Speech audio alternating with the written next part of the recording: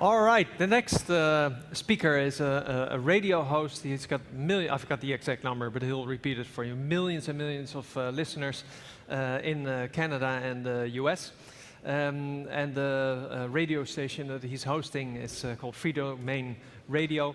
A warm welcome for Stefan Molyneux.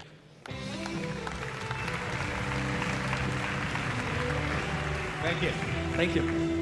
You don't need it, right? Sorry. Good afternoon, everybody. Hope you're doing well. Thank you so much for coming out to Bitcoin versus political power.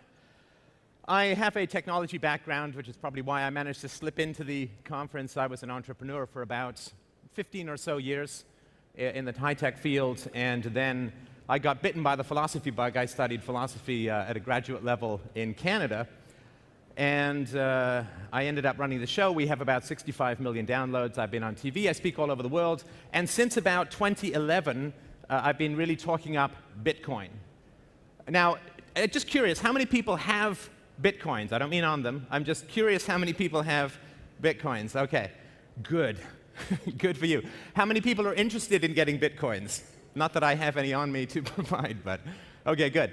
And I'm going to make a case here. I mean, Bitcoin is great technology. It's genius code, this public ledger of value transfer and information, copyright, deeds, wills, almost anything you can think of can be implemented in the Bitcoin architecture.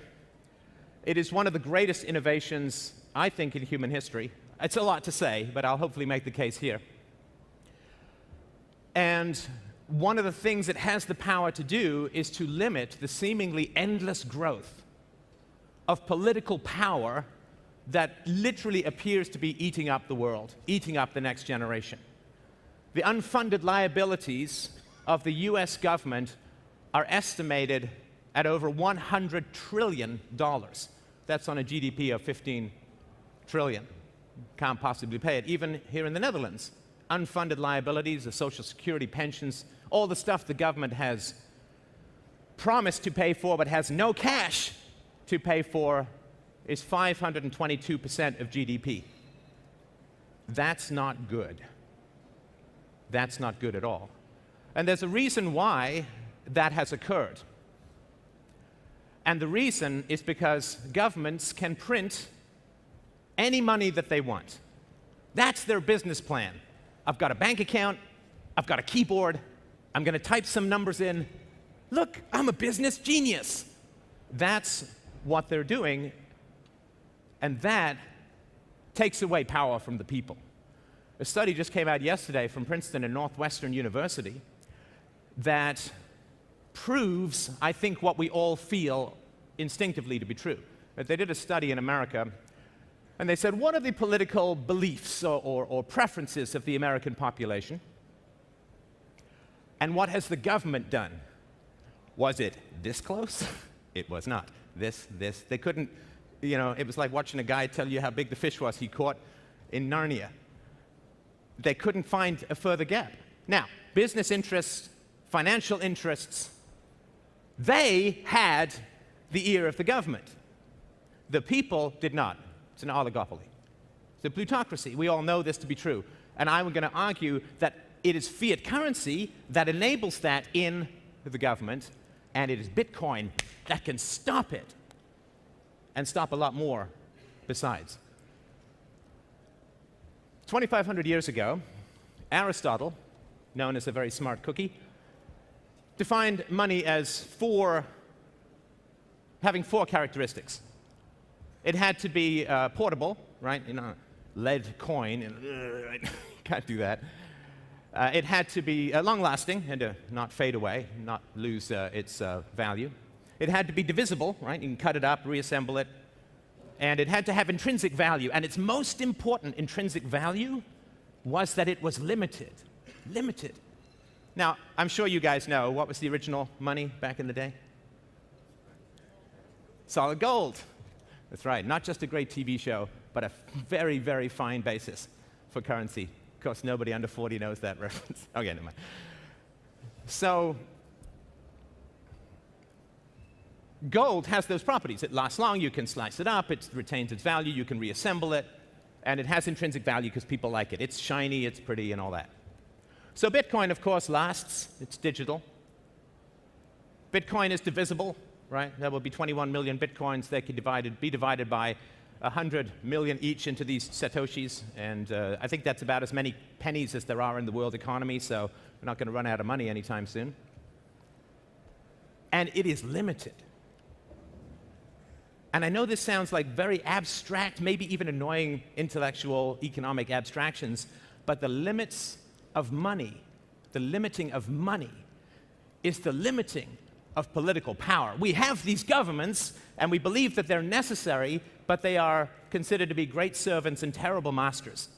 We create them for security, we create them for defense, for dispute resolution through the court system, and then they seem to do everything else under the known universe, and they run up enormous debts, and they start wars, and they sell off the unborn to foreign banksters, and we can't control the government when we need to. We try to vote, we try to rally, we try to have activism, and we cannot control this beast of the state.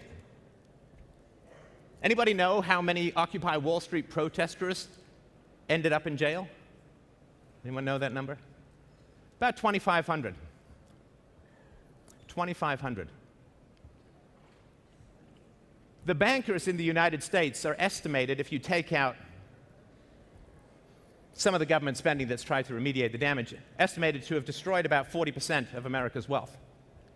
40% of the wealth of the wealthiest country destroyed by a financial oligopoly who were clearly breaking laws repeatedly. Does anybody know how many bankers went to jail? Yeah, big fat goose egg, a bagel. 0. Remember Mitt Romney? Corporations are people, my friend. No, people go to jail. Corporations never go to jail because they give money to the government. Barack Obama was elected because it took the most money of any political candidate ever in history from the financial sector. And in return, he extends the TARP bailout. And banks that made hundreds of millions of dollars lying to their customers, selling them financial instruments that they were actually betting against, well, they get slap-on-the-wrist fines that basically get passed off as costs to their customers. They pay nothing. We cannot control this monster. In the 19th century, we're also used to inflation here. It's crazy. Like, I came to Amsterdam, and my wife told me it was going to rain all week. Turns out it's quite sunny. I don't want to get full-on tomato head, so I went to get some sunscreen. Like $30, it's like 20 euros for sunscreen and all that. I thought it was going to be like gold and turn me into C-3PO or something, but it's just crazy expensive. When I first came to Canada in 1977, a candy bar cost 10 cents. You know, within 10 to 12 years, it was up to $1. Inflation is just something we're so used to. In the 19th century, when gold was the basis of currency, prices went down. Can you imagine that? Don't we all feel like our money is just kind of evaporating? You know, like it's like grapes left out for ants to eat, like you put it under your bed and it just smolders and vanishes. It's one of the reasons why we put money in banks, why we invest in the stock market. It's just a hedge against inflation. In the 19th century, when money was limited by gold, prices went down for 100 years in general. Everything was a computer. Everything got better and cheaper over time. We can't fathom this anymore. But that's how it used to be, when money was limited. Now, what happened in the 19th century was rich people, not all rich people, but rich people in general want to privatize profits and socialize losses, right? Ooh, I made some good money. Yay, all mine. Fine, I'm fine, down with property rights, good thing, right? Ooh, did I lose some money? Can we find a couple of taxpayers? Maybe they're kids, maybe they're unborn, they're not voting yet. Let's do that. And in the 19th century, people put money into banks. Now, they're already making money just by sitting on it because prices were going down. But they put their money in banks. Now, how do banks give you interest? They don't have any money other than what they're given. They're not entrepreneurs in the way most of the audience members here are. So banks lend money out to other people. And then those people make money and pay back the bank, and then the bank gives you a couple of points on your deposits. Fine business model, no problem with it at all. But in the 19th century, banks had the capacity for failure, of course, right? Because sometimes you invest, you give a whole bunch of people making carriages a lot of money, and then, oh, some jerk invented the car. Damn. Buy to that money, and you lose a lot of money. And of course, banks maybe make 1 or 2 percentage points on a loan, which means for every loan that fails, between 50 and 100 have to succeed perfectly, so it's a very risky business. So banks were competing for customers, and they always wanted to be able to offer more interest. Now, how could they do that? Well, fractional reserve banking. Boy, there's a phrase that will get people to flock to you at dinner parties. I know about fractional reserve banking. Would you like to sit next to me?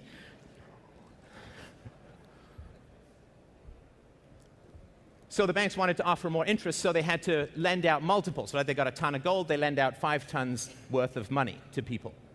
And they hope that the law of averages is going to even it out and they're going to be okay. And a lot of times it did. And sometimes it didn't. Then people lost money. They lost money because they were greedy, because they wanted the bank to lend out more than it was holding. When the bank went bankrupt, a lot of rich people lost a lot of money. Where do they go? Oh, congressman. They go to the state. Now, the problem is the state is a negative-sum game. The state is the deal where they say, hey, I can give you 5 euros.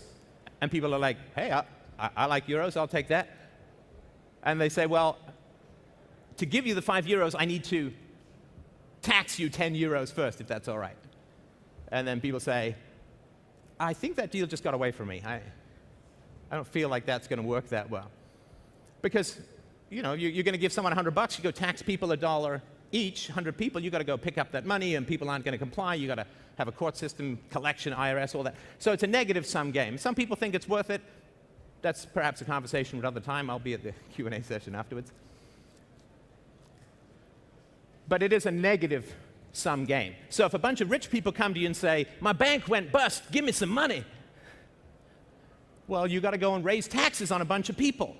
And they don't like that. See, when money is limited, when it's limited on gold, the government can't just make it up. It means if you want to transfer money, you have to go take it from someone first, and those people don't like it.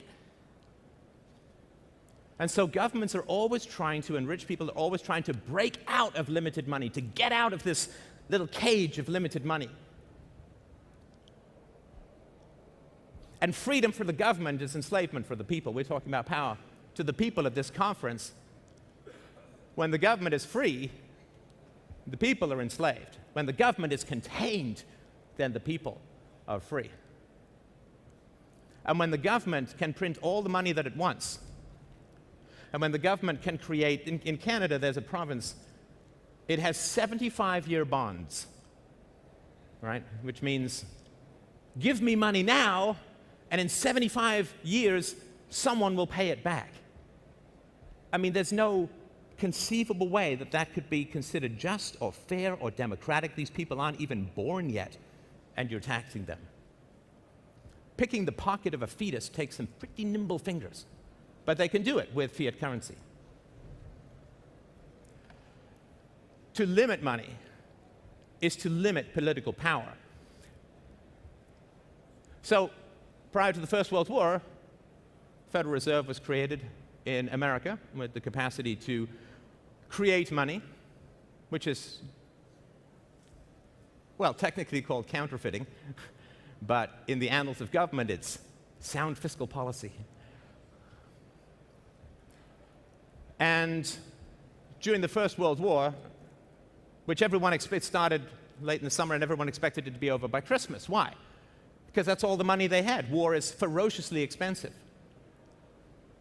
And all wars prior had been relatively short, relatively contained. And one by one, over the First World War, the European governments went off the gold standard because they had no gold. War and gold don't mix very well. War and limited currency don't mix very well. When you have fiat currency, you have like this infinite blender for human parts. You can just keep shoving more and more people in. If they'd had to wage the First World War on gold, it likely would have ended by Christmas 1914, and a further 9 or 10 million people would not have died. This is how serious money is. Money is life and death for millions of people. So, the social programs that were instituted by most European governments in the 19th century, Germany first and foremost among them, kept running through the First World War. Right? You know that, I don't know if you know this, guns or butter. Do you want to have a war economy or do you want consumer goods? When you have fiat currency, you don't have to give people that choice. You can have your social programs, you can have a war economy, and you pay for it by printing money. Anybody, what's the effect of printing money? What does it do to prices? Who's awake? Yeah.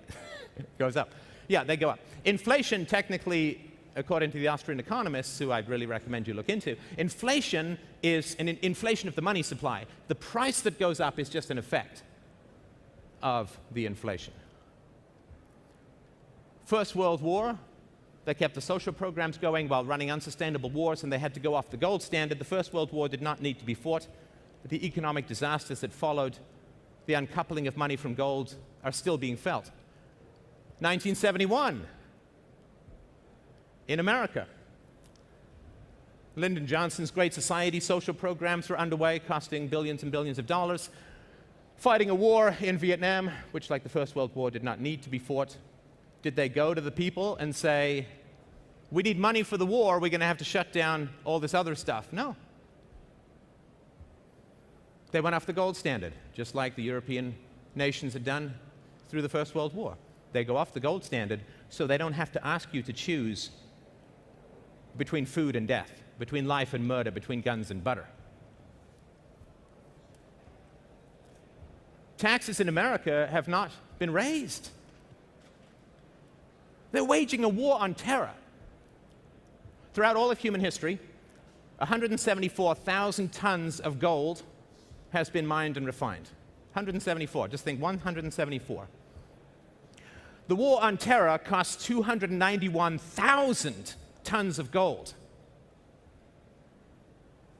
The cost of World War II for America, which was never invaded or bombed, save Pearl Harbor, was 15 times the amount of gold that they had in Fort Knox and the Fed.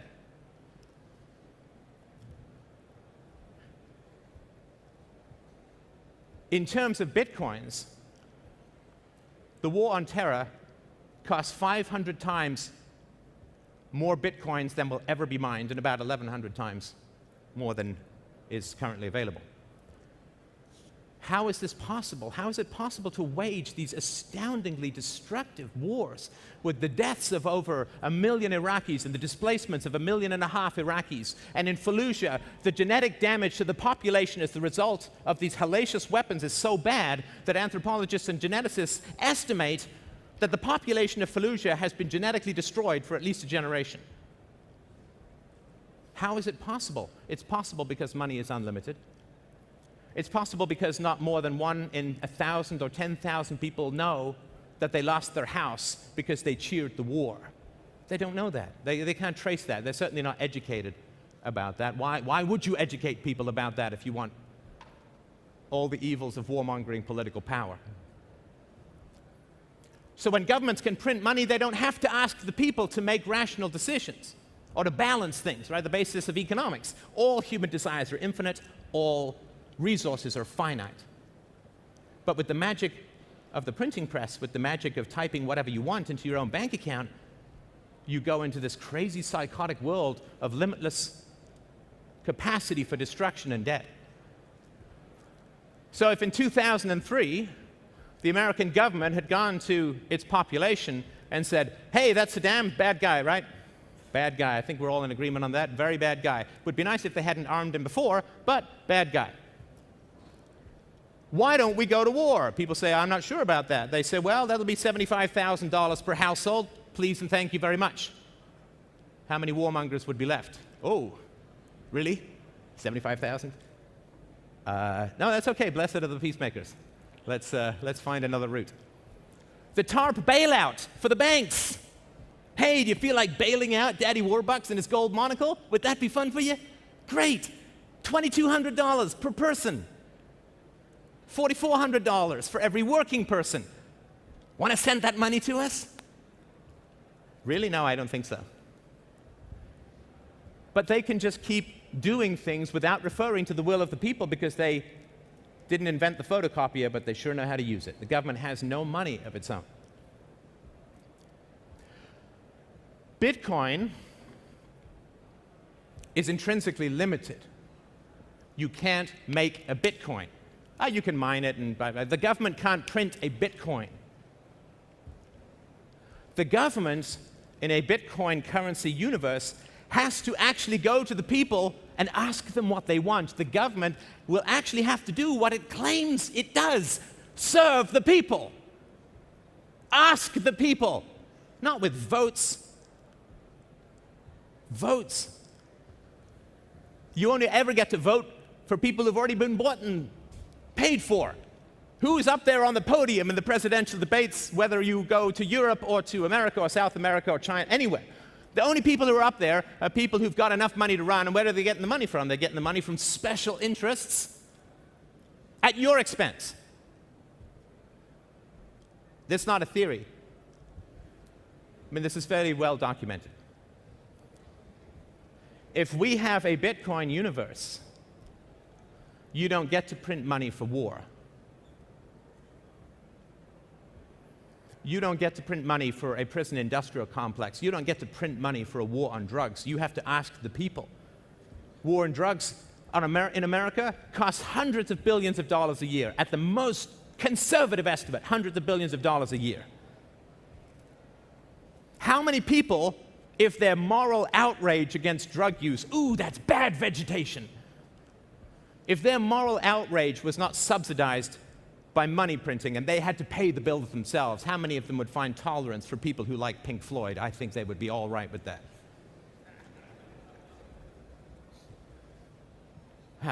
All the people who hate drugs and love Sgt. Pepper's.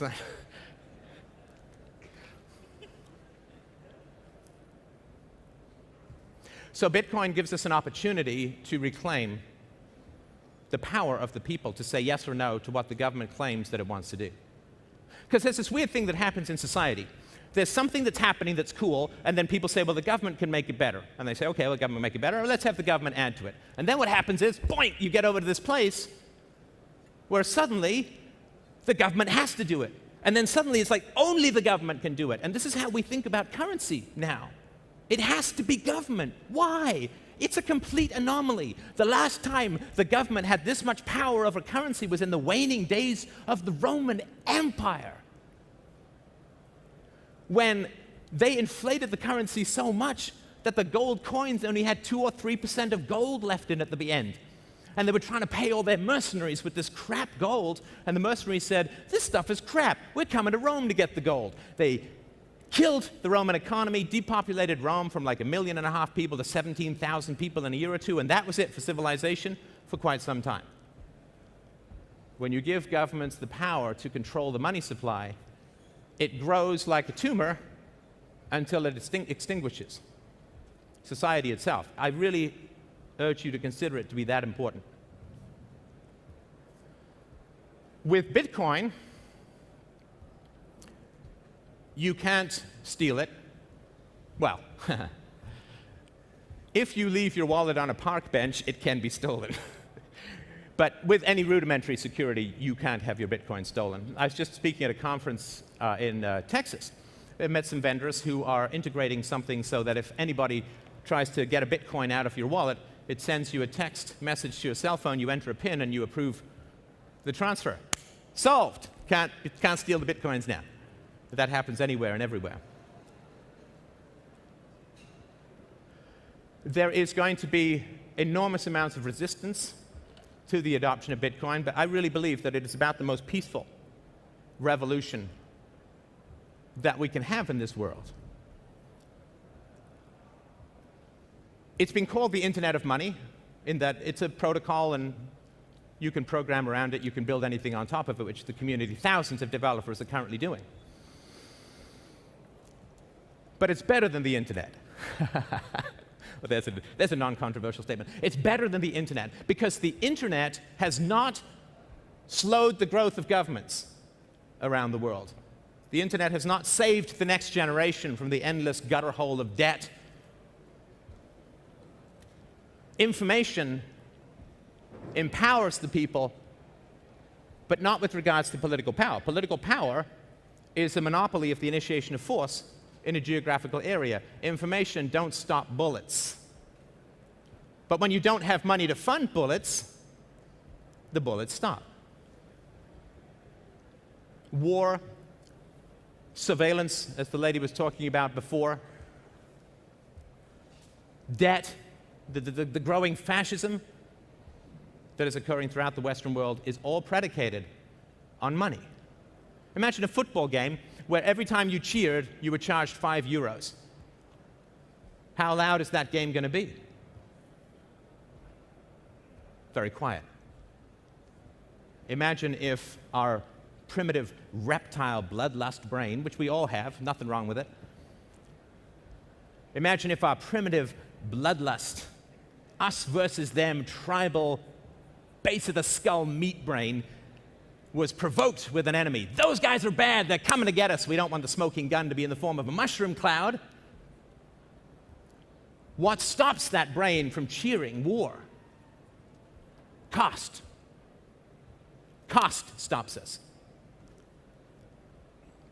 Think of the environmental predation and environmental destruction that is wrought by the continual increase in the money supply. How much consumerism is driven by the fact that your money is burning a hole in your pocket? Literally, it's melting, it's evaporating, it's dying in your pocket. Convert it to something, buy something. How much consumer demand is stimulated by excess money being flushed into the system? How much wealth, genuine wealth, not bubble wealth, genuine wealth, how much genuine wealth is not being created? I'll give you one tiny example, then I think I have to end. Oh, the countdown. Normally it takes like 3 or 4 security guards to get me off, but there was a study that came out recently that said just one tiny aspect, if American regulations and controls over the economy, interferences in the economy, had stayed at 1946 levels. Now, it was not a Mad Max Thunderdome, flaming-headed, bayoneting kind of wasteland in America in 1946. A civilized society. If regulations had stayed that small in America, if they just stayed that size, the GDP of America would not be $15 trillion. It would be $53 trillion. This is the opportunity cost of one tiny slice of an expansion of government power. There would be no poverty, nobody would have to worry about healthcare costs, charity would take care of everyone, and there would not be, as there is in America at the moment, children born into $1.4 trillion worth of debt that they never voted for, never chose, and will spend the rest of their lives groaning under the yoke of foreign banksters to pay off. This is the alternative universe that Bitcoin can generate. So I strongly urge you to start looking into Bitcoin, start promoting it. Yes, it's great. You can make some money. You can do some cool stuff technically. But I really believe this is our best chance to save the world from a direction that it's heading, which is sadly a photocopy of the end of the Roman Empire. When you study history, you're basically watching the same movie over and over and over again with different costumes. Not a toga, it's a suit, but it's the same damn thing. Bitcoin, we can stop the tape. We can break out of the loop. We can regain power to the people. Jesus, who knew a thing or two about handling the moneylenders, Jesus said, "Blessed are the peacemakers." I say no. "Build shall be the warmongers." And then we get peace. Thank you, everyone, so much.